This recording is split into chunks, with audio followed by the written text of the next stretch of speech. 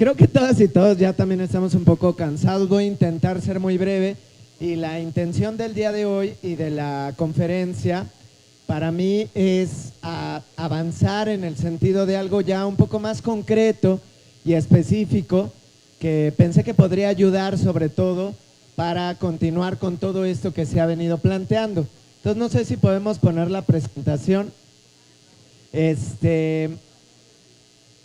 Y tiene que ver, creo, con algunas de las cosas que se han planteado y discutido ahorita, todas estas inquietudes en torno al tema, por ejemplo, del papel que hoy nos convoca a tener y a repensarnos como profesores, profesoras, como autoridades educativas, como incluso padres o madres de familia, ¿no? Porque muchos de nosotros, eso es bien curioso, cuando nos toca jugar el doble papel, digo yo, ¿no? Cuando somos profesores o profesoras, o cuando somos directores, directoras, supervisores, pero también tenemos hijos e hijas en el sistema educativo. Y entonces también nos toca ser madres o padres. Y a veces es bien loco cuál es el lugar que ocupamos también, ¿no? Como a veces como autoridad o como profesor somos como muy rígidos, pero como padre o madre esperamos que la escuela o el profesor o el director de mi hijo sí sea mucho más laxo de lo que yo soy, ¿no? Entonces, ¿a qué voy con todo esto? La idea del día de hoy es que yo les comparto un poco algunas reflexiones basadas en lo que propone y plantea el plan con respecto a la noción de la autonomía profesional, ahí me la quitaron, y cómo esto nos convoca a pensar en el proceso de una construcción dialógica y horizontal. Porque me parece que hay un elemento que es medular y que creo que ha estado saliendo aquí de una o de otra manera. ¿Cómo hemos aprendido y cómo hemos incluso encarnado, dijera Pierre Bourdieu, ciertas nociones no solo en torno al conocimiento, sino a nuestro papel en el proceso de enseñanza-aprendizaje? Y una de ellas, que me parece que es medular y que ha venido a atravesar transversalmente no solo el acercamiento al nuevo plan y a la nueva escuela mexicana, sino incluso a la relación histórica que venimos aprendiendo a tener con el proceso educativo, con los estudiantes, pero también con las autoridades, es lo relativo a la figura de autoridad. Y la perspectiva de la autonomía profesional, como está visualizada en el plan, nos abre la posibilidad a de antemano ponernos en un lugar que nos invite a cuestionarnos al menos cómo hemos aprendido a ser autoridad y cómo hemos aprendido a relacionarnos con la autoridad. Y entonces hace un momento decía Rosa María, que además siempre me parece bien pertinente varias de las reflexiones que nos comparte, que pareciera que hay como esta idea de nos la pasamos mucho tiempo quejándonos de los formatos y ahora que no hay formato decimos, bueno, ¿y dónde está el formato, no? Y eso me parece que es un ejemplo muy significativo de cómo hemos aprendido a relacionarnos con la autoridad. Yo lo llevaría incluso a ese otro lugar. Venimos de una tradición donde históricamente las y los docentes o distintas figuras educativas también nos hemos quejado mucho y con justa razón de que muchas de las políticas educativas, los planes, los programas se diseñan en el escritorio y no tiene nada que ver con esto que está pasando aquí. Pero hoy que la nueva escuela mexicana y el plan de estudios nos invita a empezar a ser copartícipes, estamos muy preocupados por una necesidad de que nos validen si está bien lo que estamos haciendo. Y entonces eso que reclamamos, hoy que pareciera que no lo tenemos, entonces también lo reclamamos, ¿no? Y bajo una mirada muy binaria y muy simple, pues sería como, ay, pues, es que se me había ocurrido un dicho, pero no es muy grosero, pero pareciera que fuera como, es que nada les parece, ¿no? Es que no están de acuerdo con nada, ¿no? Y sí, pero qué bueno que no lo decimos. Entonces, O pareciera que tenemos una dinámica donde nos gusta quejarnos por quejarnos. O sea, repito, desde una perspectiva muy binaria, podríamos como explicarlo así y abonar a esta supuesta disputa. Pero en realidad, si le rascamos más detrás, me parece que tiene que ver también con cómo hemos aprendido a relacionarnos con el conocimiento, con la realidad y con las y los otros. Y eso tiene que ver con la forma, como yo decía hace rato, la estructura o el pensamiento positivista de acercamiento al conocimiento nos ha heredado desde una mirada muy binaria, es decir, de que o es blanco o es negro, como si no hubiera grises, y no solo grises, sino como si no hubiera una multiplicidad de colores, y nos ha heredado una perspectiva que también es muy característica de del pensamiento colonial y de la estructura colonial, de que nuestra voz, nuestra reflexión y nuestro pensamiento no tiene validez si no está reconocida por una voz específica, autorizada, y que además regularmente es extranjera. Pero claro, no cualquier extranjero, no es un extranjero de Sudamérica, es un extranjero europeo, ¿no?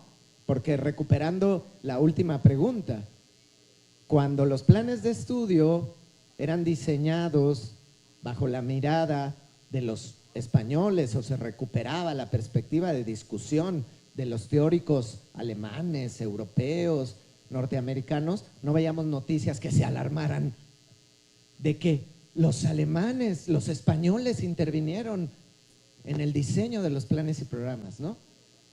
O sea, no es solo una mirada que hay ahí, sino también, o sea, no es solo una mirada xenofóbica, sino también es una mirada colonial. Porque claro, ellos, Europa, sí es la voz autorizada, sí son la autoridad que tiene derecho a venir a decirnos cómo tenemos que. Ojo, tampoco estoy desacreditando que esas voces sean valiosísimas, por supuesto, recuperando lo que decía la doctora Rosa María. La propuesta es cómo reconocemos esa diversidad. Y entonces aquí quiero irme a un elemento que es medular, la noción de autonomía profesional. ¿Y por qué es importantísima la noción de autonomía profesional?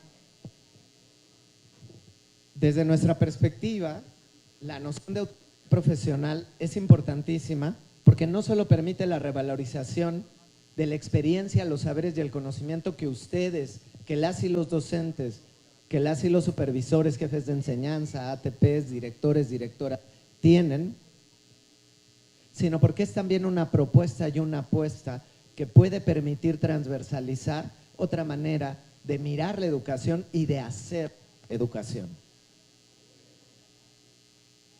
Y entonces quiero recuperar algo que hace rato decía yo, que escuchaba, pero no solo me ha tocado escuchar aquí, sino a mí mismo en algún momento también como docente de secundaria, pero también a muchos de mis colegas, la preocupación por del control y la importancia de que nuestros estudiantes, luego como directores, de que nuestros profesores, luego como supervisores, de que nuestros directores y luego como autoridades educativas, de que nuestros supervisores nos obedezcan.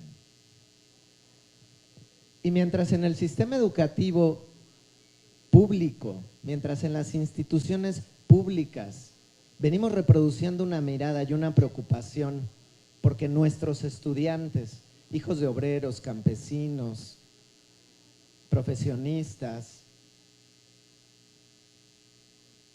aprendan a obedecer, las élites, las verdaderas élites, están enseñando a sus hijos a mandar. Y entonces el círculo se cierra. No estamos caminando desde la construcción de la autonomía. Y por eso a nosotras en la Dirección General de Formación Continua nos parece un elemento importantísimo, porque además no podríamos caminar hacia este proceso real de apropiarnos, trabajar, construir, de recuperar este liderazgo pedagógico que parece que se nos despojó y se nos quitó si no partimos de reconocer nuestra propia autonomía. Vamos, si quieren, ahora sí ya la presentación. Entonces, vamos a ver cómo se define. Sí, ya, dale. ¿Cómo se define la autonomía profesional del magisterio en el plan de estudio? En el plan de estudio tiene mencionada la categoría de autonomía profesional del magisterio o autonomía profesional 14 veces, como tal, así como el concepto. Sin embargo, a lo largo de todo el documento, ustedes van a encontrar cómo hay una referencia constante a la importancia de la recuperación de esta revalorización de la figura de las y los profesores, que va de la mano de la autonomía profesional. Se entiende como un ejercicio crítico que practican maestras y maestros durante los procesos educativos, en diálogo constante con las y los estudiantes para decidir alcances y limitaciones de sus acciones pedagógicas dentro y fuera de la escuela. La autonomía, su autonomía, les permite una lectura permanente de la realidad para redefinir su enseñanza, planeación y evaluación de acuerdo con las circunstancias que marca cada proceso en relación con el sujeto y sus saberes. Es decir, la noción de la autonomía profesional, vamos a intentar desarticular estos elementos, la noción de la autonomía profesional primero parte de reconocer a las y los docentes no solo como profesionales de la educación, sino como profesionales con una capacidad de análisis crítico y de un ejercicio crítico. Y aquí habría que irnos hacia la discusión de las pedagogías críticas, ¿no? ¿Qué hablamos y a qué nos referimos cuando hablamos del ejercicio crítico o de la reflexión crítica? Que va más allá de la lógica de mirar exactamente cuál es el error o no de algo para cuestionarlo o para desacreditarlo, sino que implica el reconocimiento de la lectura permanente de la realidad. Es decir, el ejercicio crítico o el ejercicio de un pensamiento crítico va de la mano de una observación y lectura permanente de la realidad. Y esa lectura permanente de la realidad implica de antemano no contemplarla o pensarla como algo ya está dado, que es inamovible y que se constituye como verdad absoluta. Pero este ejercicio crítico o este proceso, ¿de dónde emerge? Pues emerge de un diálogo. ¿Con quién? Con las otras y los otros con quienes estamos trabajando. Les decía, la importancia del reconocimiento de las y los otros como interlocutores válidos. Y eso nos moviliza de los lugares epistemológicos a los que hemos estado acostumbrados a acercarnos al conocimiento, donde hay un poseedor de la verdad que la transmite y hay un conjunto de sujetos, de sujetas que no tienen ningún tipo de conocimiento, que no tienen ningún tipo de capacidad y que adquieren o absorben esa verdad que les es dada. Y entonces aquí hay un segundo rompimiento con esta tradición. Pero después, este ejercicio crítico que surge a partir del diálogo se focaliza en un proceso muy claro, que es el proceso educativo. Esto es importante porque a veces, por ejemplo, me ha tocado escuchar esta preocupación, hace rato también lo mencionaban, de algunas de las y los docentes, sobre todo de los docentes, por decir, es que yo ya no sé cómo les puedo hablar a mis estudiantes. Porque entonces si yo les subo la voz, porque si entonces yo me acerco demasiado, entonces ya cualquier cosa me pueden juzgar, cuestionar o criticar, ¿no? Y entonces a lo mejor a partir de ahí la pregunta sería, ¿cómo hemos aprendido a relacionarnos con las y los otros? ¿Qué es lo que priorizamos en esa relación? ¿Si es el proceso educativo o es el ejercicio del poder?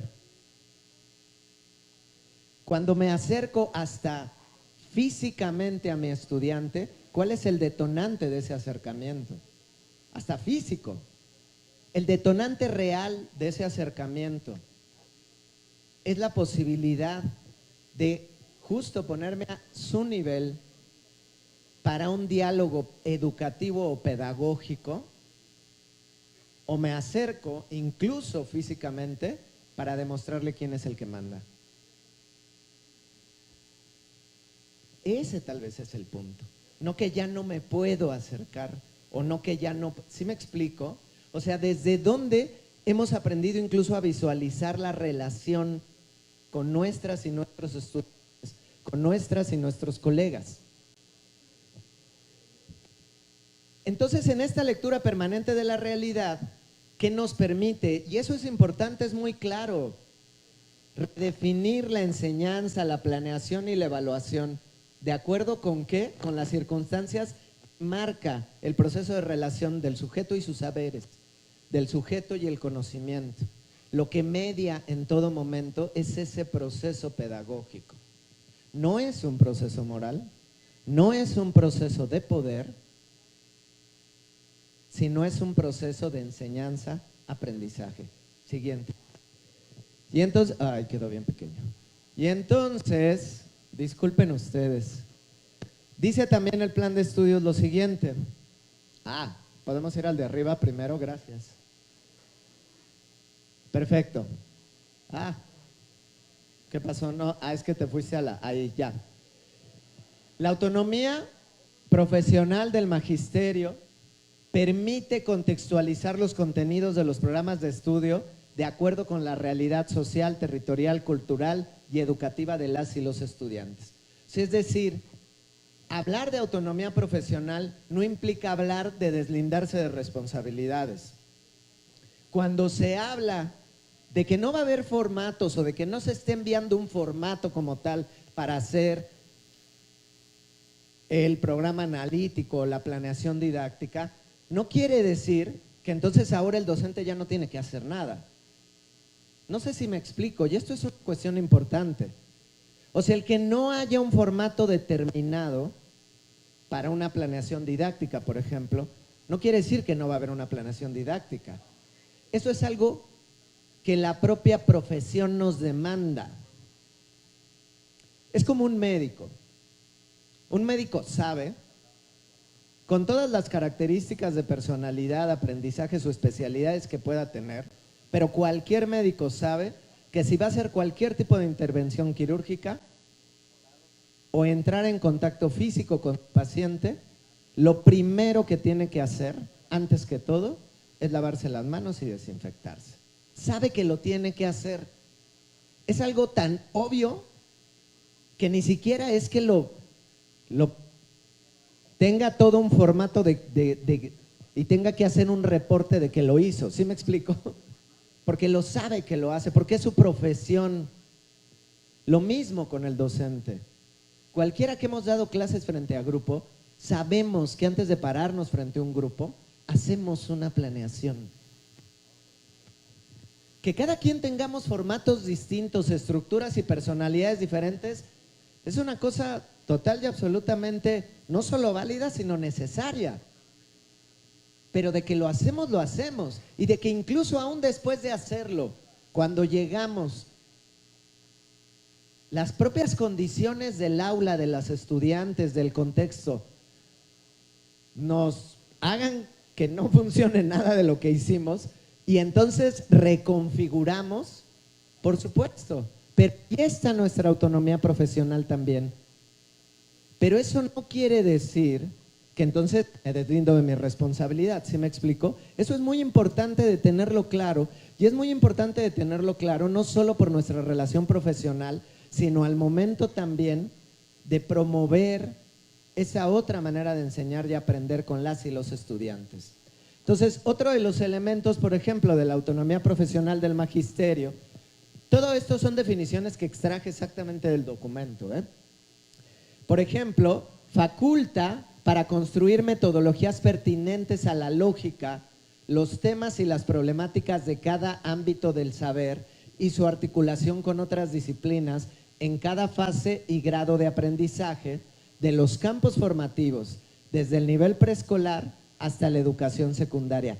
Es decir, la autonomía profesional nos faculta precisamente a no solo recuperar, sino construir todas y cada una de las metodologías pertinentes que nos permitan abordar los contenidos, contextualizarlos, entrelazarlos con los distintos campos, articularlos con los ejes.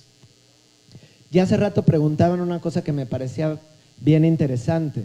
¿Qué pasa si nosotros, ya hicimos el codiseño del programa analítico y observamos que hay contenidos propios de un campo que quedan fuera? Y entonces a mí lo primero que pensaba es, pues, siempre pasa. Ustedes como docentes, las y los docentes, sin duda, en el ejercicio propio de su autonomía profesional, diseñarán, construirán,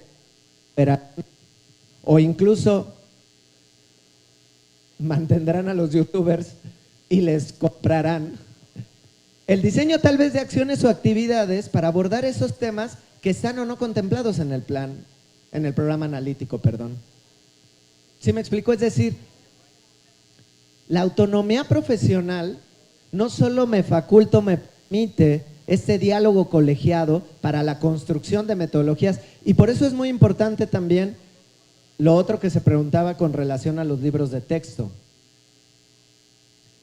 Y ese tipo de cosas son las que me parecen más sintomáticas y maravillosas de la manera como hemos heredado la idea del conocimiento y del proceso de enseñanza-aprendizaje. Porque venimos de una tradición justo y que no es, ojo, no estoy echando culpas a nadie, solo estoy diciendo cómo hemos todos cultural, socioculturalmente ido aprendiendo esas dinámicas. Lo digo por mí mismo como docente y porque en un orden sistémico se nos ha dado como una indicación también muchas veces. Y entonces tengo que terminar el libro de texto de la primera página a la última, tal cual y como está. Cuando hoy justo la propuesta, por ejemplo, de los libros de texto, es, aquí hay una serie de opciones. Opciones que además, sobra decir, fueron construidas y diseñadas por docentes como ustedes, por directores, supervisores, que mucho tiempo estuvieron también frente a grupo. Pero es eso, es una opción, es un conjunto de opciones. E incluso el libro de texto lo dice, bueno, el documento que se envió como adelanto. Se propone que para este campo, después de un análisis colegiado, observamos que podría servir o funcionar mejor esta metodología para este campo, pero no quiere decir que así tiene que ser. Y en esos espacios de decisión y de decisión colegiada y contextualizada, nuevamente vuelve a aparecer la autonomía profesional. Reconoce por ende entonces las capacidades de quién de ustedes, de las y los docentes, de las y los profesionales de la educación, para establecer las intenciones educativas en el perfil de egreso, en los contenidos de los programas de estudio y su relación con los ejes articuladores en sus respectivos campos de formación, así como el establecimiento de las actividades de enseñanza y aprendizaje, perdón.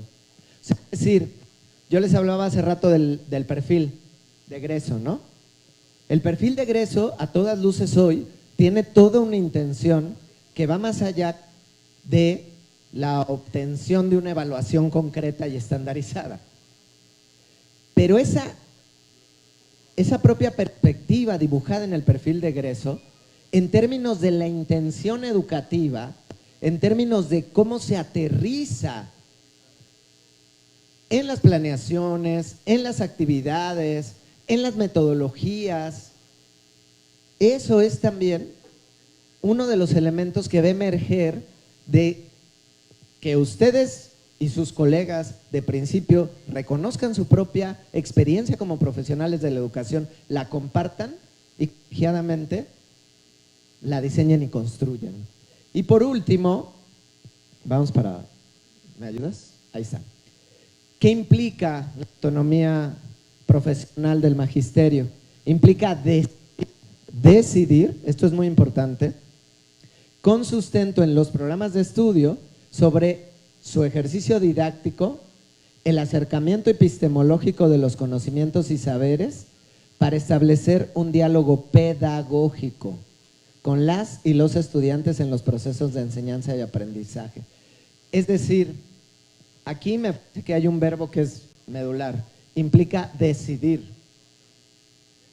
Y como bien se decía hace rato, no se está...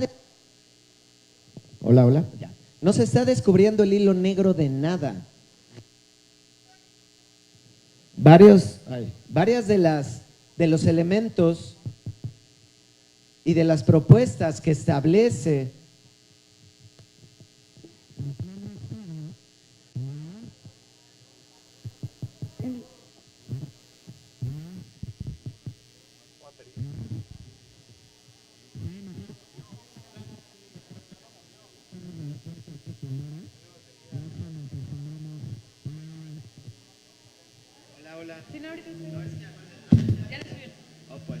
ya.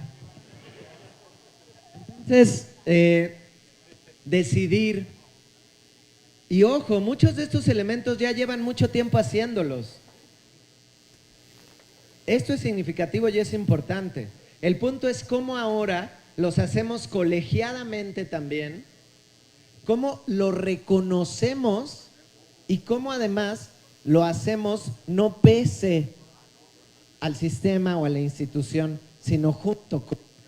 Eso es lo importante de la fuerza que recobra la categoría de autonomía profesional del magisterio en el plan de estudios.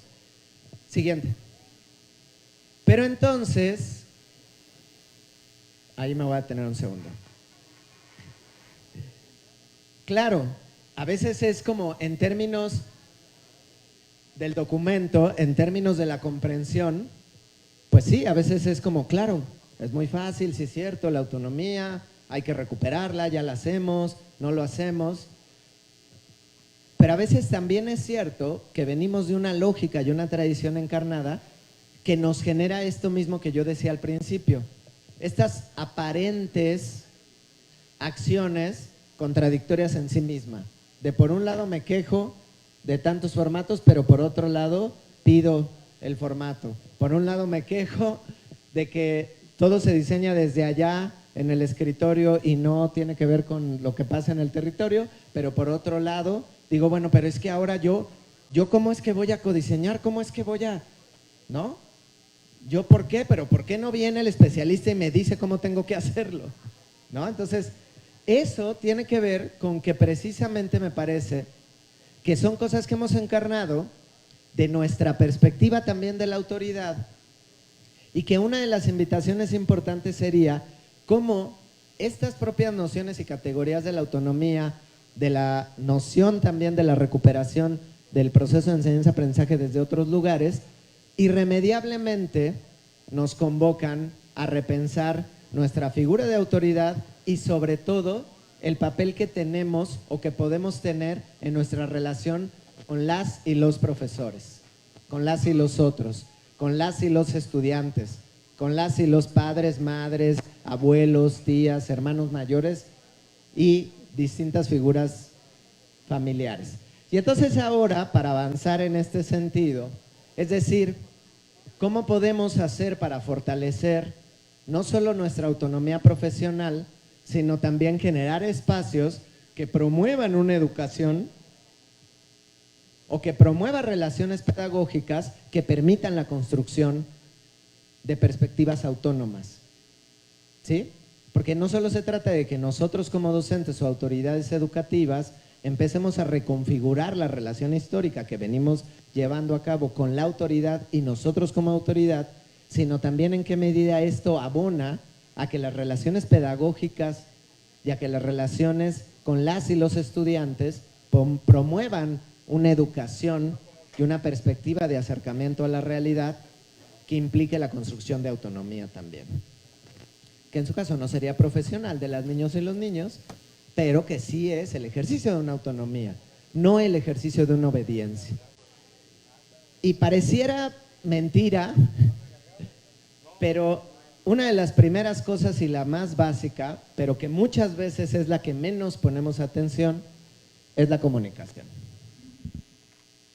Hace rato platicaba con una colega que hablaba como, por ejemplo, del tema relativo, hoy uno de los ejes articuladores es la inclusión, ¿no?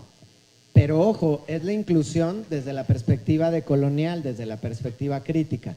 No es la inclusión de vamos a incluir, es que hay que incluir a los otros, ¿no? Hay que incluir a esos que no pertenecen a la norma, que no pertenecen a la generalidad, hay que incluirlos ahora. No.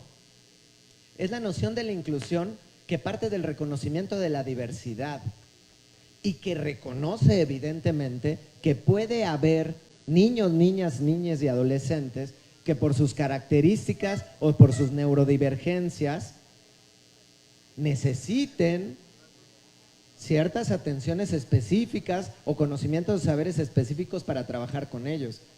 Pero que eso no es un problema en el sentido de hay que incluirles. Porque el problema de la inclusión bajo esta otra mirada es reconocer que es un problema social, no es un problema de una institución o de una estructura que tiene que incluir a lo que está fuera de, sino que todas y todos en nuestra diversidad tendremos que reconocer la importancia de llevar a cabo acciones que nos permitan incluirnos. No incluir a los o las otras, sino incluirnos. A partir de reconocer la diversidad y las características y peculiaridades de unas y de otros. Es decir, es despojar la idea de, ese niño tiene necesidades especiales, pues mándenlo conocer. Es sobresaliente, pues mándalo para allá. Llévaselo al orientador. Y ya que lo arreglen casi, entonces ya me lo trae y yo lo incluyo. Tú no te preocupes, yo lo voy a incluir, pero ya que me lo arreglaste por allá, ¿no? No, es otra noción que implica reconfigurar cómo hemos aprendido también a relacionarnos. Y el primer elemento que parece que es muy simple, pero es el más complejo, es la comunicación. Porque además si revisamos incluso, piensen ustedes hasta en sus relaciones personales, ¿cuántos de los conflictos cotidianos de pareja, laborales, en realidad la génesis está en que ni siquiera establecimos un proceso de comunicación? Hubo algo ahí en la comunicación que se rompió. Entonces, bueno, ahora les voy a traer, y esta ocasión es nada más revisar algunas pequeñas herramientas que pueden servir para la comunicación como una alternativa perspectiva para construir relaciones pedagógicas, dialógicas y horizontales. Siguiente. Y entonces vamos a ver aquí el proceso de comunicación. Bueno, figuras como esta seguro ustedes ya la han visto, ¿no? Es como lo básico de lo básico de lo básico de la noción de la comunicación.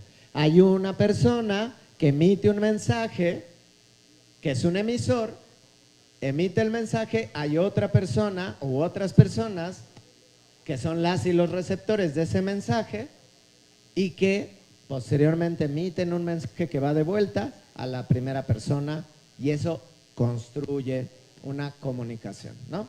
En un primer momento esto es, pues, digamos, como lo más simple o sencillo. Sin embargo, esto se empieza a complejizar, primero que nada, si partimos de reconocer una cosa muy clara. Esta persona y esta persona son eso, personas. ¿Y por qué lo obvio que parece tan obvio? Pues no lo es. Porque el mensaje que va a ser dicho, que es recibido, implica un proceso primero de codificación. Cuando emito un mensaje lo que estoy haciendo es codificar, pero no solo codifico nociones, sino que estas nociones van acompañados de sentimientos, expectativas, percepciones, contexto. Entonces ya no es nada más un mensaje, o sea, es decir, ya no nada más es la reproducción de una serie de palabras, pero la otra persona que lo recibe tiene que decodificar. pero no solo tiene que decodificar o no solo decodifica las palabras que le son dichas,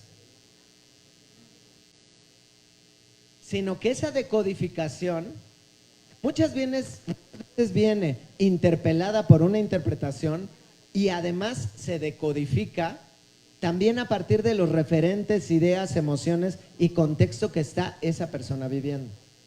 De tal que cuando vuelve a emitir el mensaje de respuesta, otra vez sucede lo mismo, pero ya con todo lo que viene cargado. No sé si me explico. Y eso estamos pensando en una comunicación solo de dos personas, de algo muy simple, aparentemente. Entonces, ¿qué es lo primero que encontramos? Que la comunicación, es decir, escuchar y comprender, no es algo que sea tan simple, en el que no solo intervienen palabras. Es que ya se los dije ayer en la clase. Ay, profesor, es que el último consejo técnico ya les dijimos que tenían que avanzar en el inicio del codiseño. Sí, pues sí, esas fueron palabras, pero ¿cuál fue el contexto en el que se dijo? Lo mismo que ustedes decían, ¿cuánto fue el tiempo que dedicamos a ello? ¿Qué tanto realmente lo discutimos? ¿Cuáles fueron los distintos referentes que verdaderamente recuperamos o no? ¿Qué tanto nos dimos tiempo para ello? ¿Qué tanto realmente lo hicimos y qué tanto simulamos que lo hacíamos? ¿No? Entonces, no es tan simple. Y por ende, pues es algo que debe de practicarse y perfeccionarse. ¿Por qué? Porque muchas veces creemos que basta nada más con emitir el mensaje. Y entonces, el problema de la comunicación en la actualidad parece que no tiene que ver con la cantidad, sino con la calidad. Hoy tenemos esto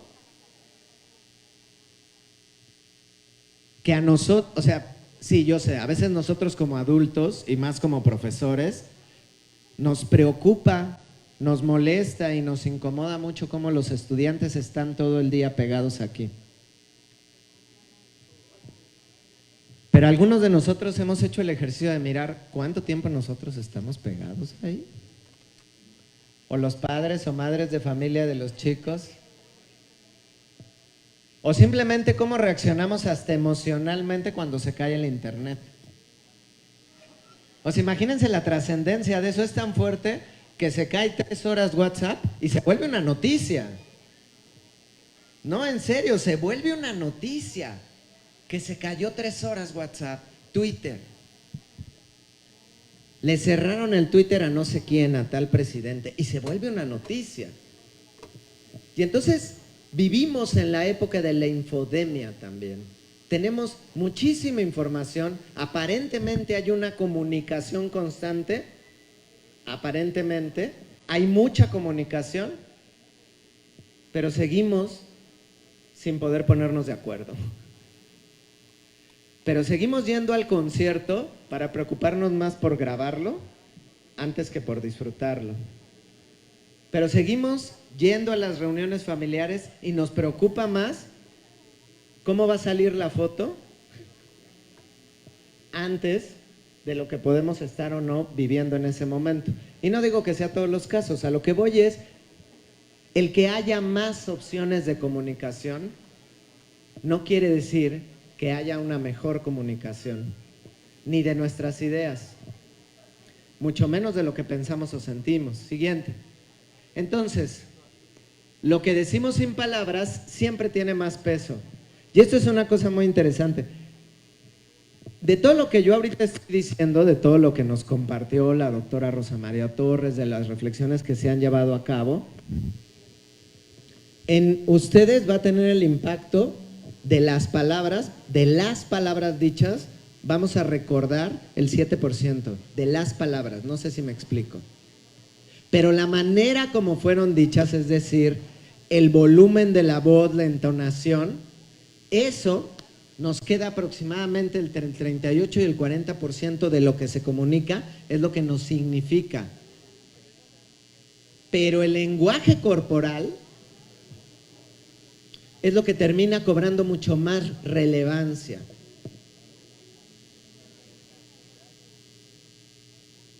Si tanto la doctora Rosa María Torres como yo hubiéramos dado toda nuestra conferencia sentados aquí, Y así, evidentemente, hubiera implicado una cosa total y absolutamente distinta para ustedes. ¿No? Por supuesto. Siguiente, por favor. Entonces, ¿a qué vamos con esto? Para comprender cabalmente, no solo hay que entender las palabras que son dichas, sino también los sentimientos, pensamientos y las acciones. Porque las palabras por sí solas pueden ser engañosas, ¿no? Y entonces, ¿cuántas veces le preguntamos a las personas con las que nos relacionamos, a nuestros estudiantes, a los docentes, oye, ¿cómo estás? Bien. Y ya lo contestamos casi que por impulso, ¿no? Pero ¿qué hay detrás del cómo está dicho eso que se le pregunta? ¿O cuántas veces, como docentes, les preguntamos, o como directivos, a nuestros interlocutores y no les creemos? Y entonces, ¿para qué les preguntamos? ¿Para qué? O sea, en verdad, ¿para qué le pregunto al otro? Me recuerdo cuando estaba haciendo la tesis de maestría en una secundaria pública, y entonces una maestra muy preocupada y legítimamente muy preocupada me decía, es que tengo un estudiante que le ha ido mal yo soy su tutora, y entonces no le está yendo muy bien, y pues como que sí ha mejorado, pero otra vez volvió a reprobar y no sube su promedio tanto, entonces quiero hablar con él para ver qué le pasa. Pero ¿puedes tú estar ahí para observar? Y le dije, sí. Y entonces llegó la maestra, sentó al chico y le dijo, a ver, ¿qué pasó? Con su boleta en la mano, la maestra del niño, ¿no? Le dijo, mira aquí, sacaste 6 en matemáticas. Y el chico lo primero que le contestó fue, sí, maestra, pero el bimestre pasado reprobé. Bueno, ¿pero eso qué? O sea, ¿tú crees que con un 6 basta? A ver, dime, ¿por qué te fue mal otra vez en geografía? No, pues lo que pasa es que esta vez intenté entregar el trabajo, pero la maestra ya no me lo aceptó porque... Ah, no, pero de seguro no te lo aceptó porque se lo entregaste tarde, ¿no? Pero a ver, dime. Y entonces la maestra empezó a sobrepreguntarle al chico y a de antemano desacreditar toda y cada una de las respuestas que el chico decía. Yo no dudo que la intención de ella haya sido una preocupación legítima, lo era, pero no estaba escuchando al estudiante. Porque incluso para la mirada del estudiante, pues sí, el bimestre pasado sacó 5 y ahora sacó 6. Eso es un avance, a lo mejor no es el que uno quisiera, pero lo es. Eso, por ejemplo, es una de las principales cosas que obstaculizan la comunicación. Siguiente. Entonces vamos a ver ahora algunos de los obstáculos a la comunicación. Y ya ustedes me dirán si alguna vez les ha pasado. No lo sé. Por ejemplo, criticar. Cuando vemos la actitud de alguien o algo, o que llevó a cabo algo, y lo primero que hacemos es criticarlo, es decir, desacreditarlo. ¿Qué pasa cuando estamos criticando al otro o a la otra? Ojo, no es lo mismo hacer una retroalimentación, porque si yo quiero hacer una retroalimentación legítima, me acerco con esa persona y le digo, oye, fíjate que vi que hiciste esto, a mí se me ocurre que tal vez podría ser de esta manera. Pero cuando yo veo que lo hago, que lo hace, y volteo con mi compañero y le digo, uy, ¿ya viste? Y además está calvo. Uy, no. Y todavía se atreve a pararse aquí a hablar frente a los profes. Uy, no. Uy, ya viste, está bien chavo, ¿no? Entonces ahí, ¿qué es lo que estoy haciendo? Estoy negando y restando importancia al comportamiento de la otra persona. Y parece mentira, pero las y los y les niños, niñas, adolescentes y jóvenes observan constantemente. Y cuando lo hacemos, lo ven. Y no dicen nada tal vez, pero lo ven. Más si son adolescentes. Insultar. Y ojo, insultar no solo implica utilizar palabras altisonantes, ¿eh? A veces estamos muy acostumbrados a insultar la inteligencia de las personas. Lo hacemos mucho con nuestros ancianos, ¿no?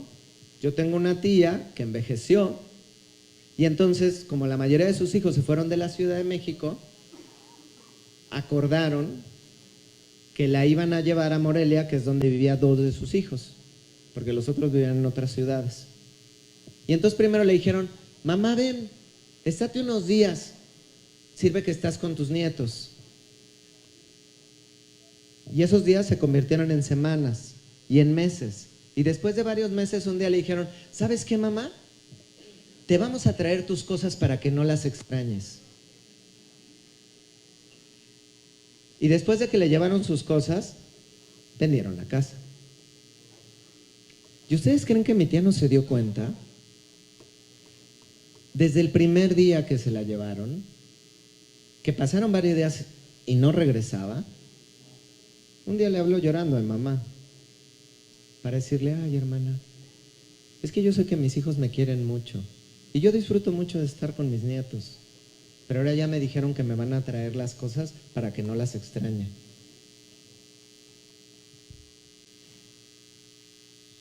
Eso, perdón, pero es un insulto. Y es un insulto a la inteligencia de la otra persona. ¿Y cuántas veces lo hacemos, a veces sin darnos cuenta, con la gente que queremos? Diagnosticar. Eso es buenísimo. Y además luego los profes somos especialistas en eso. La verdad. O sea, no nos hagamos. Oye, ¿no te has dado cuenta que siempre que se trata de entregar la tarea de matemáticas, curiosamente, se te atraviesa algo que no la puedes hacer? ¿No será que tienes un conflicto con las matemáticas? ¿No te habrá pasado que cuando eras más niño, tu maestra de matemáticas era muy grosera? Y entonces empezamos a diagnosticar. Empezamos a diagnosticarle a la otra persona y jugamos al detective emocional, buscando motivaciones ocultas. Maestro, es que, maestro, ¿no será que a usted en realidad más bien en el fondo como que le gusta la maestra y entonces no le quiere decir y por eso se la pasa peleándose con ella en el consejo técnico? ¿No? Y entonces ahí le jugamos al detective emocional. Cuando el otro llega y nos dice, es que ¿sabes qué? A mí literal me molesta que cada vez que hablo me interrumpe.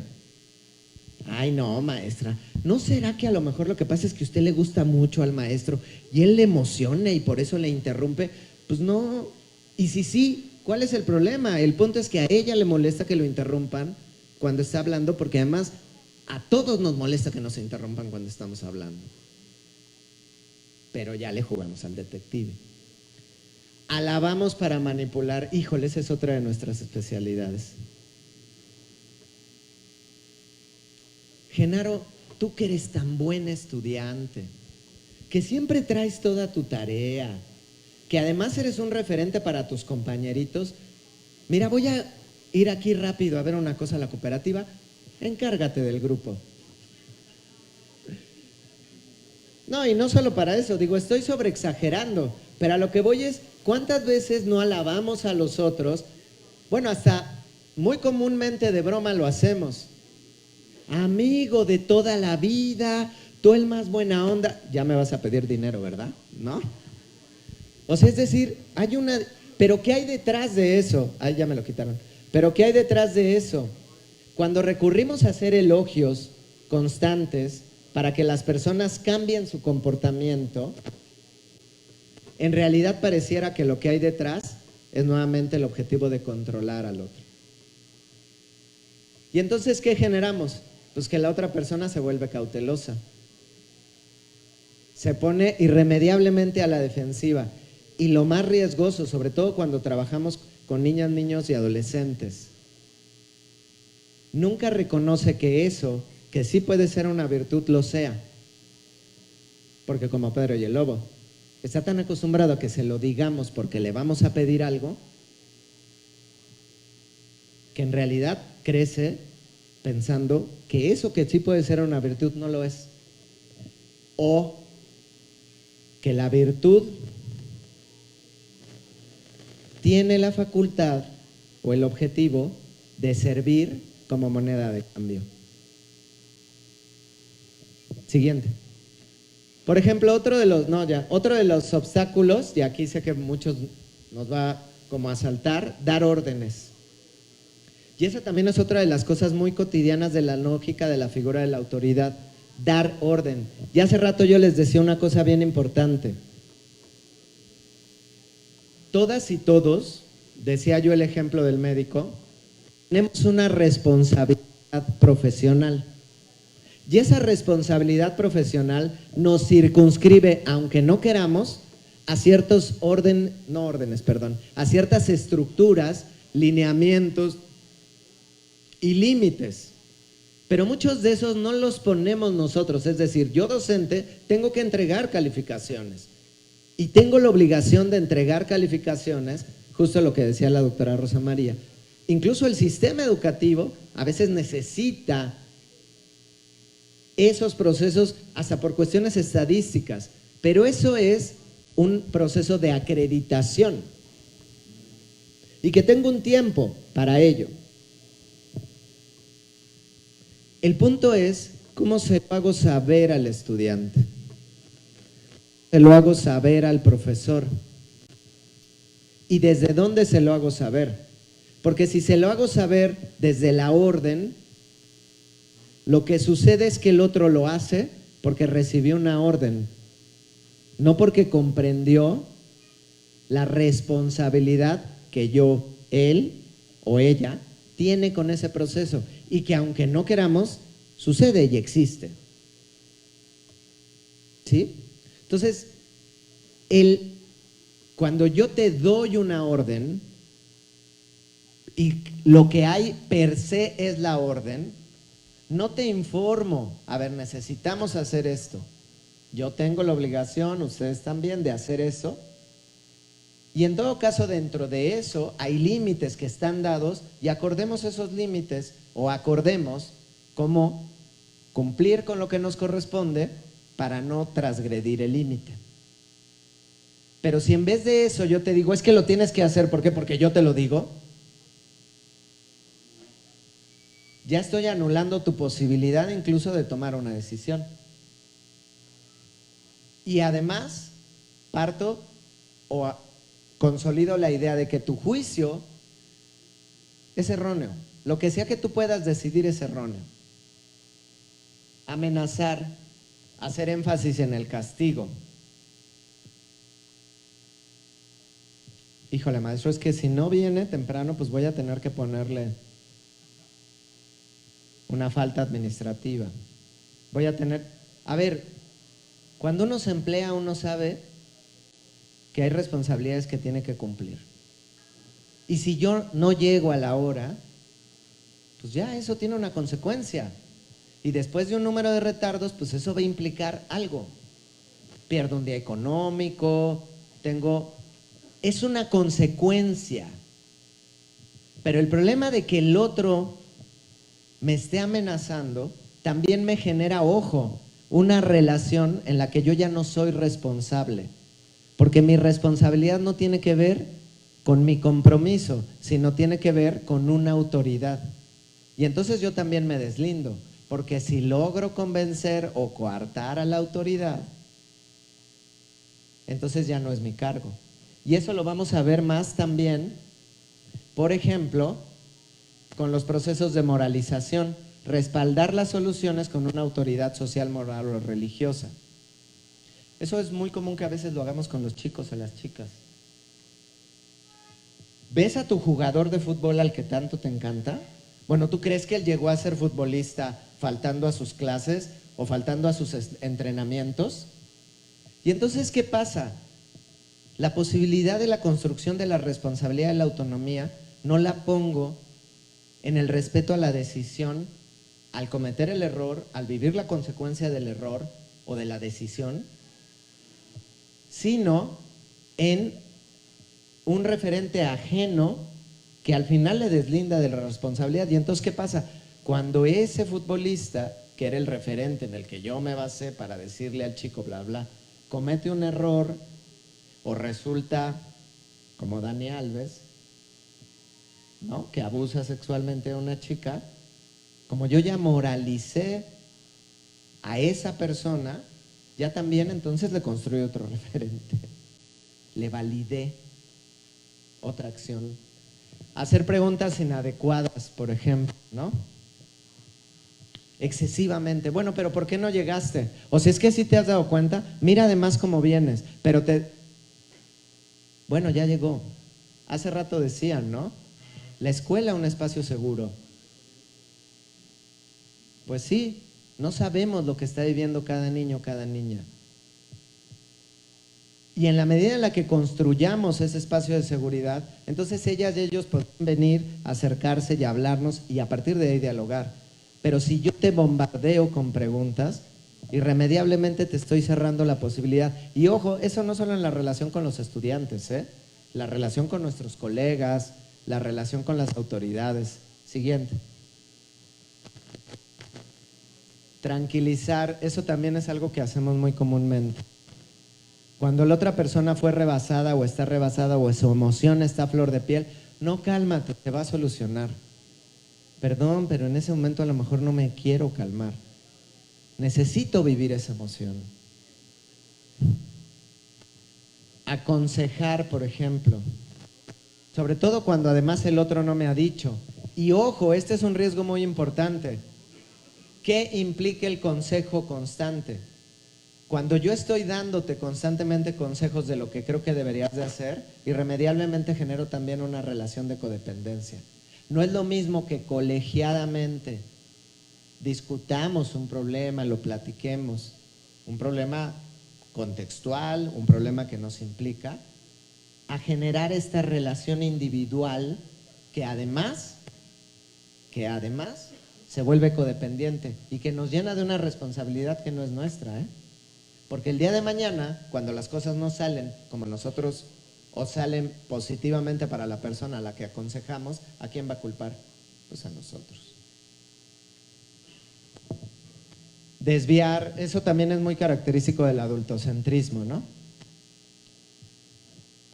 Uy, sí, pero ¿tú sabes lo que yo tenía que hacer para venir a la escuela a tu edad? No, ahora todo lo tienes muy fácil. Y sí, a lo mejor tus papás a veces no te hacen caso, pero ahí tienes el celular. Ahí bien pudiste preguntar al Google, ¿no? Para que te diera la respuesta a la tarea y no la hiciste. ¿Tú sabes lo que yo tenía que hacer para poder ir a la biblioteca? ¿No? Cuando el chico te está planteando todo un proceso y entonces tú ya desviaste completamente la atención, ¿no? Y sobre todo, obviaste la posibilidad del contacto con eso que es su realidad contextual. Y por último, pues la idea de los argumentos lógicos, ¿no? Estar siempre como argumentando y construyendo una lógica, porque además esa lógica muchas veces es la lógica que responde a mi pensamiento, no al contexto propiamente. Ya, siguiente. Y entonces vamos a terminar un poco aquí. ¿Cuál es una de las primeras propuestas, una de las herramientas más importantes? Pues la escucha activa, ¿no? Yo sé que esto parece como cualquier cosa, pero en verdad a veces, precisamente en los pequeños detalles más nimios, es donde vamos perdiendo muchas cosas. Hay mucha preocupación, por ejemplo, con relación a, bueno, ¿cómo vamos a hacer ahora para abordar varios de los elementos que implican la inclusión, la igualdad de género? Pues sí, no todos sabemos tal vez de esos temas, porque venimos de otra generación, porque nuestro propio contexto nos demanda otros elementos. Pero ¿de qué manera vamos a poder acercarnos incluso a esos temas? ¿De qué manera vamos a poder también provocar e invitar a desarrollar esas características, esas habilidades, ese perfil en los chicos? Pues aceptando primero que nada que ni somos los poseedores de la verdad, escuchando los contextos reales en donde se encuentran y permitiéndonos reconocer a nosotras y a nosotros también como interlocutores válidos. Entonces, ¿cómo podemos construir una autonomía? Y decían hace rato, no basta a veces el consejo técnico. Sí, tal vez, pero también ¿qué tanto estamos haciendo con esos espacios? ¿Qué tanto realmente estamos generando procesos de diálogo colegiado? Y entonces a lo mejor uno de los primeros elementos para avanzar en ese proceso colegiado, pues es la escucha activa. ¿Y qué es la escucha activa? Pues es una herramienta muy simple, pero al mismo tiempo muy compleja. Es el intento que hace el que escucha o quienes escuchan por replantear el sentimiento y contenido de lo dicho por quien habla. ¿No? Ya hace rato decía la doctora Rosa María, o sea, incluso entre los matemáticos, si tú eres de esta corriente, pues no me hables, ¿no? Y si tú eres de esta otra corriente, pues no me hables, ¿no? Y entonces, ¿cuál es el problema? Que incluso hasta desde las miradas unidisciplinares, a veces no reconocemos como interlocutor válido al otro simplemente porque basa su noción o su perspectiva en un autor distinto al que yo, ¿no?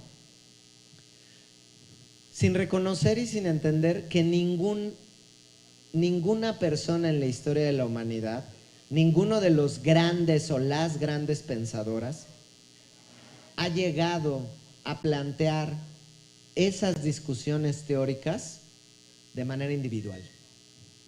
Eso es importantísimo de reconocer. Ninguna persona, ni los grandes genios, pudieron llegar a esas reflexiones si hubiesen sido sujetos completa y absolutamente aislados de lo social. Porque el conocimiento es un proceso colectivo. Aunque hayamos aprendido a significarlo solo en unas cuantas voces. Porque el contexto incluso en el que nacieron esas personas, las colegas y los colegas con quienes discutieron, quienes les cuestionaron sus reflexiones, contribuyeron irremediablemente a lo que plantearon. Entonces, el diálogo y la comunicación es central en la construcción, apropiación del conocimiento y en su enseñanza y aprendizaje. Entonces, por ejemplo, una primera herramienta, tratar de comprender cómo te sentirías tú o cómo nos sentiríamos nosotros en el lugar de quien habla. Y esto es un ejercicio que nos puede servir incluso muy simple, incluso en el proceso de construcción de un problema o de ubicación de un problema para el diseño de un proyecto o de una metodología o del abordaje de una serie de contenidos. ¿Cómo nos sentiríamos nosotros si estuviéramos viviendo eso que se nos narra? ¿Eso qué implica? Pues implica reconocer que la experiencia del otro y de la otra es importante también. Que no forzosamente tiene que ser como mi experiencia, que en sí misma es importante. ¿Sí me explico? La escucha activa, ¿qué requiere? Captar la idea central, eso es muy importante. Es decir, si estamos empezando a trabajar colegiadamente, que esa es una de las invitaciones ahora en el Consejo Técnico Escolar, y en efecto, no quiere decir que antes no sucedía, pero lo que es real es que institucionalmente muchas veces se daba mucho más prioridad a la utilización de ese espacio para llenar un formato que para discutir o dialogar entre docentes. Entonces hay que recuperar ese espacio. ¿Y cómo lo vamos a poder recuperar? Pues realmente dialogando. ¿Y cómo vamos a construir un trabajo dialógico que recupere nuestros saberes y experiencias? Pues primero, dándonos la oportunidad de en esa comunicación con las y los otros, realmente intentar focalizar a ver cuál es la idea central de lo que se me está diciendo aquí. O sea, si estoy dialogando con mis compañeros, supongamos en secundaria, que dan matemáticas y yo doy química o doy inglés, por ejemplo, y entonces estamos dialogando sobre un contenido y la posibilidad de la construcción de un proyecto, y entonces observo cómo el profesor o la profesora de matemáticas está verdaderamente preocupado y angustiado y enojadísimo porque no se está tomando en cuenta la importancia de, no sé, el trinomio cuadrado perfecto, por decir algo. Y entonces, muchas veces, bueno, a ver, profe, pues usted puede hacer una planeación didáctica y ya darlo cualquier otro día. Ya se lo dijo la doctora Rosa María. Ya se lo dijeron en la SEP. O sea, no importa que no venga ese contenido aquí. No, pero es que sí es importante, ¿no? Y entonces, ¿qué está tratando realmente de decirme ese profe? O sea, ¿cuál es la preocupación que hay detrás? ¿Cuál es la idea central? Sí, a lo mejor yo no soy matemático y no voy a encontrar o no voy a terminar de comprender el concepto como concepto teórico. Pero ¿cuál es la idea que me quiere comunicar? Eso es importante. Y entonces para eso, ¿qué es lo primero que puedo hacer? Preguntar para cerciorarme de que entendí realmente lo que el otro me quiso decir. A ver, profe, lo que usted me está diciendo es que el trinomio cuadrado perfecto como un tema o como un contenido es importante en el proyecto porque nos puede ayudar a explicar el fenómeno de la basura. Sí, sí, es lo que estoy tratando. No. Es importante porque los chicos es importante que lo aprendan. Sí, profe. Ok, entonces para usted es importante que el contenido del trinomio cuadrado perfecto esté incluido en el proyecto sobre los desperdicios de la basura, porque es importante que los chicos aprendan y entiendan el trinomio cuadrado perfecto por sí mismo. Sí. Ahí yo ya al menos entendí cuál, pero me cercioré. Y entonces eso me puede provocar a intentar entonces avanzar en clarificar por qué eso es importante para él. A ver, profe, ya entendí. Para usted es muy importante el trinomio cuadrado perfecto dentro del proyecto de la basura. Lo que no me queda claro es dónde está la relación de ese concepto con el problema de la basura. Ah, pues claro, ¿cómo que no lo habías visto? Pues mira, está en ya a lo mejor él ya, pues igual no te entendí mucho, pero ya comprendí que desde tu mirada puedes permitir aterrizar ese contenido en este proceso o en este fenómeno. Pero si ni siquiera te pregunto, no, profe, es que no tiene sentido, usted es muy terco. No podemos avanzar así. Y entonces ya, en efecto, no podemos avanzar así. Y entonces, ¿qué hago? Pues replanteo lo que creo haber escuchado para que quien hable aclare su idea, que es un poco el ejercicio que acabo de hacer, ¿no? Y se dan cuenta, es una práctica como, pues muy simple, que lo ha recuperado la mayéutica, varias perspectivas, pero que parece mentira y a veces se nos olvida un chorro. Entonces vamos a ver algunas otras herramientas para terminar ahora sí ya. Siguiente. Por ejemplo, las herramientas para la escucha activa. Estimule. Comuniquemos a nuestros interlocutores que tenemos interés en lo que está diciendo. A ver, profe. Sí, o sea, creo que ya entendí, pero dígame un poco más, porque yo la verdad no sé mucho de matemáticas. ¿Cómo es que usted encuentra esa relación con el tema de la basura? Entonces, es diferente a, no, pues es que yo no entiendo nada, pero bueno, está bien, profe, si usted dice que tiene relación, pues tiene relación, ya pónganlo, ¿no? ¿Y cuántas veces no hacemos eso sin darnos cuenta? Aclare, las aclaraciones sirven para entender lo que se ha dicho. A ver, no estoy seguro de que entendí. ¿Sí se refiere a esto? No, sí o no. Replantee, un poco es el ejercicio que acabamos de hacer. Siguiente. Refleje. Esto es muy importante. Y esto, por ejemplo, es algo que a veces nos pasa con los estudiantes, ¿no? Es que ya vino. Un niño va y le pega a la compañera. Entonces, a ver, ¿qué pasó? ¿Por qué le pegaste? Es que me quitó mis plumones. Ok. ¿Y por qué no, es que los plumones eran míos, profe, y yo se los había prestado y se agandalló y luego no me los quiso devolver, entonces yo fui y se los quité, ¿no? Y entonces ahí se arma todo.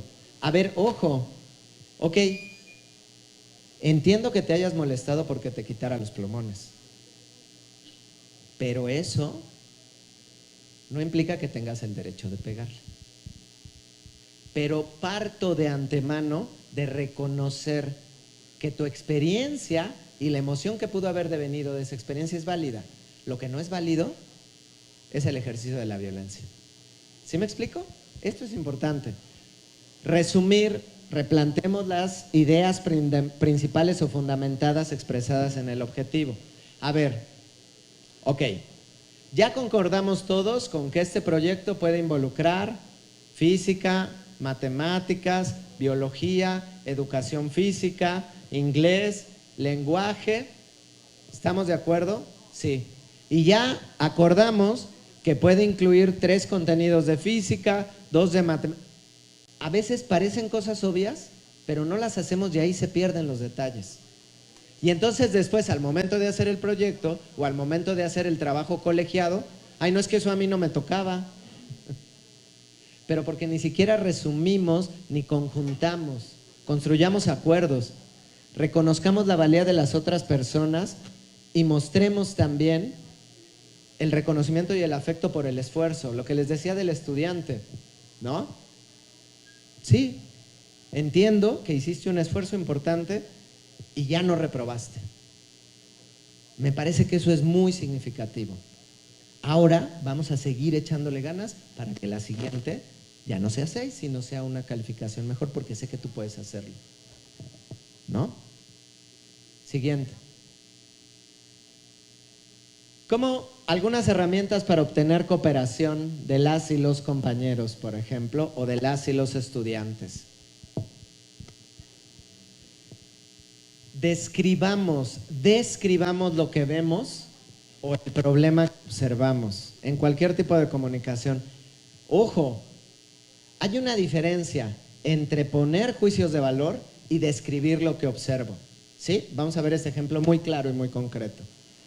Por ejemplo, en la relación madre, padre, hijo, hija, hay una toalla mojada sobre la cama. Yo no te digo, otra vez dejaste la toalla mojada, ¿sabes que te vas a enfermar? Y luego te choca que uno... ¿No? Pero eso es a veces lo que hacemos. Primero, yo solamente describo lo que veo ahí.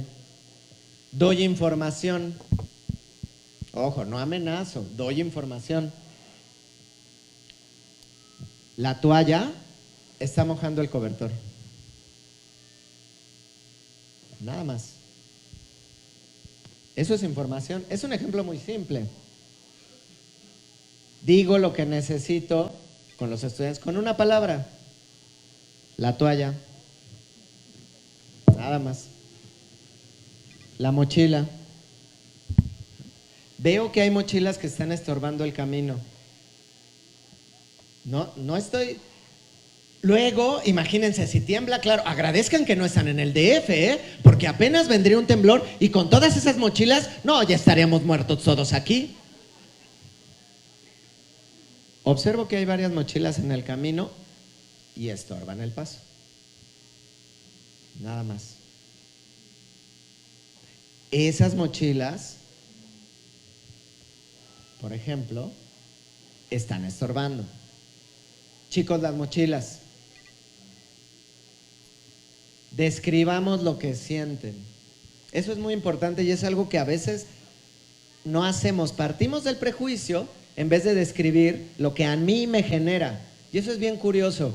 Cuando hemos trabajado con algunas profesoras para identificar, por ejemplo, los problemas, un problema contextual, un problema de la comunidad, y entonces había comunidades, en una secundaria me pasó, que estuvieron un rato discutiendo un equipo, pues ya que me acerqué, que me decían, profe, ¿puede venir? Yo, sí, ¿qué pasó? Es que ya identificamos cuál es el problema que queremos trabajar. Yo, perfecto, ¿cuál es el problema? El problema es la falta de atención de los alumnos a la clase. Y yo, órale. ¿Y para quién es un problema? Es un problema para ellos. Y yo, ¿por qué? Pues porque no aprenden. Y yo, ¿a poco? ¿De quién es el problema? ¿No? ¿Desde dónde lo habitamos y cómo lo vemos? A lo mejor el problema no es que pongan atención, sino lo que yo siento de estar hablando, de haber preparado mi clase y que nadie me escuche. O que yo piense que nadie me escuche. ¿Sí me explicó? Entonces aquí hay una cosa, ojo, que implica también hacer responsable de mi experiencia. Y otra cosa que a veces funciona, eso sobre todo funciona con los adolescentes. Tomen nota para los profes que dan clases en secundaria. A veces poner una notita nada más. Y a veces la notita puede ser hasta chusca. O memes, ¿no? Te pongo una notita ahí en tu mochila que está tirada, que siempre la pones ahí, que ya se han caído, que tú mismo te has caído. Entonces mejor te pongo ahí un meme encima de la mochilita. O una nota. No, iba a ser otro chiste, pero no tampoco. Pongo una nota, ¿no? Que pueda ser hasta chusco. No me molesten, estoy descansando. No me importa tirar a los compañeros, ¿no? Siguiente. Esas son, por ejemplo, herramientas que pueden ayudar. Otra. ¿Cómo ayudar a nuestras y nuestros compañeros, nuestras y nuestros estudiantes a enfrentar los sentimientos? O a enfrentarse o a asimilarlos. Todas y todos necesitamos que nuestros sentimientos y emociones sean aceptados. Me ha pasado, por ejemplo, que llegamos a dar una conferencia o que he llegado a hacer un taller y ha pasado que a veces pues no está todo el material que necesitamos, empezamos tarde, no sirve Y entonces llegan los profesores o los profesores se acercan muy molestos. Es que usted sabe lo que yo tuve que hacer para poder venir al taller. Tuve que pedir permiso. Y a mí me implica, y hay una serie, y sí, es válido. A veces es simplemente escuchar. Noto que está molesto, profe, y tiene razón de estar molesto. Yo tampoco contemplé que el cañón no iba a servir. Le ofrezco una disculpa. Y a veces, con eso basta. Pero estamos tan acostumbrados a defender nuestra autoridad. ¿Cómo el profe se atreve a ir a acercarse a un ente que además es director general y a decirle que por qué no preparó, que encontró una falta de ortografía y que cómo me atrevo yo, ¿no? Pues no. Entonces es más difícil eso, ¿no? En vez de asumir que hay una validez con relación a esa emoción. A veces podemos escuchar solamente en silencio y con atención, aceptar los sentimientos de otra con una palabra. Ya veo, sí, entiendo. Debe de ser difícil. Hace rato decíamos, hay un chorro de cosas que no podemos cambiar de los contextos de nuestros estudiantes. Sí es cierto. Pero al menos podemos volvernos un interlocutor que reconozca que su experiencia no solo tiene validez, sino merece ser escuchada. No lo vamos a cambiar, no. Y entonces aquí hay una cosa que es bien importante. A veces podemos concederle al estudiante, al profe, al compañero, el deseo en la imaginación y no pasa nada. Híjole, sí. Qué padre sería, ¿no? Que uno pudiera tener una máquina donde pusiera programa analítico, colegiado, ¡fum! Y saliera. Ay, no manches, sería padrísimo. Pero pues desgraciadamente no hay, profe. Y tenemos que avanzar porque además pues nos los pide la propia secretaría. No lo sé, ¿no? Y a veces, en verdad, yo sé que parece tontería, pero no lo es. A veces ese pequeño tipo de detalles, porque ¿qué es lo que hay detrás? Lo que hay detrás es, parto de que reconozco tu experiencia, que tu sensación, que tu mirada es válida. Que no tiene que ser la de todos, sino que es válida en sí misma. Y por último, todos los sentimientos pueden aceptarse, ¿no? Antes, pero ciertas acciones deben restringirse. Y esto es muy importante, ¿no? Y esto es muy importante en la relación con nuestros colegas, con nuestros estudiantes. Sí, profe, usted tiene todo el derecho a estar enojado porque hay un proceso, porque como profesor de secundaria es mucho más complicado reunirse, tiene toda la razón. Pero eso no le da el derecho de insultar a la directora que les propuso que se reunieran 1 hora terminando clases. Mejor explíquele, dígale que no puede. Intenten hacer un grupo en WhatsApp. ¿Tiene derecho a enojarse? Sí, porque apenas le da tiempo y está saliendo de esta escuela para tener que ir a otra. Sí es cierto, es frustrante. Pero ni la directora ni yo tenemos nada que ver con que eso sea así o pueda dejar de serlo. Y no te vale, lo que no tiene derecho es venir y a insultarnos o a decirnos que no servimos para nada. ¿Sí? Y creo que era así ya la última. Ya no me estoy jugando. Bueno, ¿cómo fomentar la autonomía? Y que eso es una cosa que estamos intentando desde la lógica de la autonomía profesional y desde la lógica incluso de pasar de guías a orientaciones. Deja que tus compañeros, compañeras, estudiantes hagan sus propias elecciones. Ok, vamos a elegir qué día de la semana para que me entreguen el trabajo. Hay límites a los que todos vamos a estar circunscritos, pero dentro de esos límites podemos permitir que las y los otros también tomen sus decisiones. Y obviamente eso va a ser gradual con su edad. Pero incluso un niño de preescolar, hasta de inicial, podemos empezar a acompañarlo a que tome sus decisiones. Demuestra respeto hacia los esfuerzos que hacen los otros. Esto es muy importante. Lo que hacíamos en la dinámica anterior, hubo equipos que con cierta más rapidez identificaron el problema y después se fueron a hacer el análisis sobre su manera de trabajar colegiadamente y luego se fueron incluso a hacer el análisis sobre cómo. Y hubo equipos que se quedaron en el problema. Y no hay uno u otro que esté bien o perfecto y el otro mal. Cada equipo hizo su esfuerzo. Y además, ese esfuerzo estuvo corresponsable con las necesidades que tenía en ese momento y las del contexto en el que labora. No hagas demasiadas preguntas. Esto es muy importante, sobre todo, ojo, si son padres o madres, también a veces lo hacemos mucho. Nos preocupa que nuestras hijas y nuestros hijos vayan a terminar drogándose en una fiesta.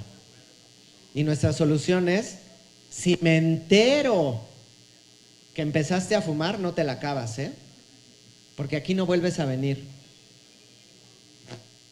Y entonces, si por lo que sea, en algún contexto, nuestro hijo, nuestra hija, nuestro estudiante, se ve envuelto en ese problema, ¿ustedes qué? ¿Que va a tener la confianza de acercar a nosotros para que le ayudamos a salir? Por eso, las personas que tienen una adicción, entre otras razones, es por las cuales también profundizan tanto en ellas y cuando la familia se da cuenta es demasiado tarde. Pero porque de antemano la estructura familiar le cerró las puertas a la posibilidad de la contención y el acompañamiento. Tampoco le voy a decir, a ver, mijo, fume. Si va a beber, beba conmigo. No, tampoco, porque yo no soy amigo de mi hijo, ni soy amigo de mis estudiantes. A ver, chavos, como ya sé que de todos modos se van a drogar, entonces nos va... No. Eso es muy importante, ¿sí me explico? Entonces, a veces es importante no hacer tantas preguntas, solo decir, qué bueno que ya llegaste. Qué bueno que regresaste a la escuela. Me da gusto, vamos a seguir trabajando. Ya si él o ella se acerca y quiere dialogarlo, lo dialogo, pero también no tengo la obligación de querer yo también dialogar todo con él o ella, eso es importante. Tengo todo el derecho también de escucharle y decirle, híjole, eso yo no te lo puedo resolver, pero aquí voy a estar para escucharte. Animémonos también a nosotros entre colegas a emplear recursos fuera de nuestro lugar de trabajo. Hace rato decían en algunos de los grupos, es que es bien complejo porque luego tenemos compañeros que no quieren hacer nada. O que ya están acostumbrados a cómo se ha venido haciendo las cosas y no las quieren hacer. Bueno, animemos también a que podemos hacer cosas fuera, incluso del lugar de trabajo, de nuestra zona de confort. En una ocasión platicábamos la doctora Rosa María Torres y yo sobre el tema, por ejemplo, de la planeación del programa, del codiseño del programa analítico. Y una de las cosas que nos llamaba la atención es que en efecto observamos que en varias comunidades escolares todavía hay muchas confusiones. Y observamos y lo vemos que hay esta preocupación porque se dé un formato que diga textualmente cómo tengo que rellenarlo aquí. Pero lo que nos parece maravilloso de ese proceso es mirar que las y los docentes que ustedes se están permitiendo hacerlo. Eso ya es un logro importantísimo. Que hay muchas cosas todavía que es importante que sigamos clarificando, que sigamos revisando y retroalimentando, lo hay, nadie dice que no. Pero que de por sí ya es un logro que nos estemos permitiendo hacer, eso es un poco lo que yo les decía hace rato. No quiere decir que sean cosas que no se han hecho. ¿Cuántas y cuántos docentes, cuántas y cuántos directores no han hecho y construido proyectos y procesos impresionantes en sus escuelas? ¿Y cuántas veces lo han tenido que hacer o lo han hecho pese a la autoridad? Pese al plan de estudios. Ahora no. Las experiencias que nos compartía la doctora Rosa María. Yo me acuerdo de una secundaria que acabo de ir a visitar en Jalisco. Impresionante. Es una secundaria pública y tienen una cabina de radio que ellos hicieron. Y dan un taller de youtuber para los chicos. Y dan un taller de hip hop para los chicos. ¿Y cómo lo hicieron? Pues organizándose y dialogando. Y no les implicó además un peso más, ni de horas ni de presupuesto. Y sobre todo, esto es muy importante, no nos quitemos la esperanza. ¿Cómo podemos construir autonomía? No olvidando y no perdiendo la esperanza. ¿La esperanza de qué? De que lo podemos lograr. De que tenemos la experiencia, el saber, el conocimiento, la fuerza, la capacidad de organización para este y cualquier plan de estudios que venga.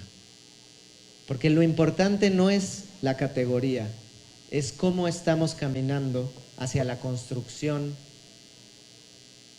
de ciudadanas y ciudadanos que se reconozcan en la empatía, que respeten los derechos humanos y que nos acompañen en la reconstrucción del tejido social, algo tan importante y apremiante, no solo en este país, sino en el mundo en general.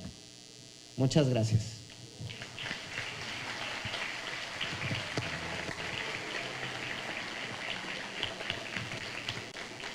Muchas gracias por haber visto este video. Recuerda que puedes suscribirte al canal y activar la campanita para que te lleguen todas las notificaciones. Nada más ve a la campana y ponle todas. Que no se te olvide darle like al video, compartir y dejar algún comentario. Asimismo te invito a mis otros dos canales, que es Mate Vlogs y James Vlogs. Y te dejo con las recomendaciones de estos videos. Cuídate mucho.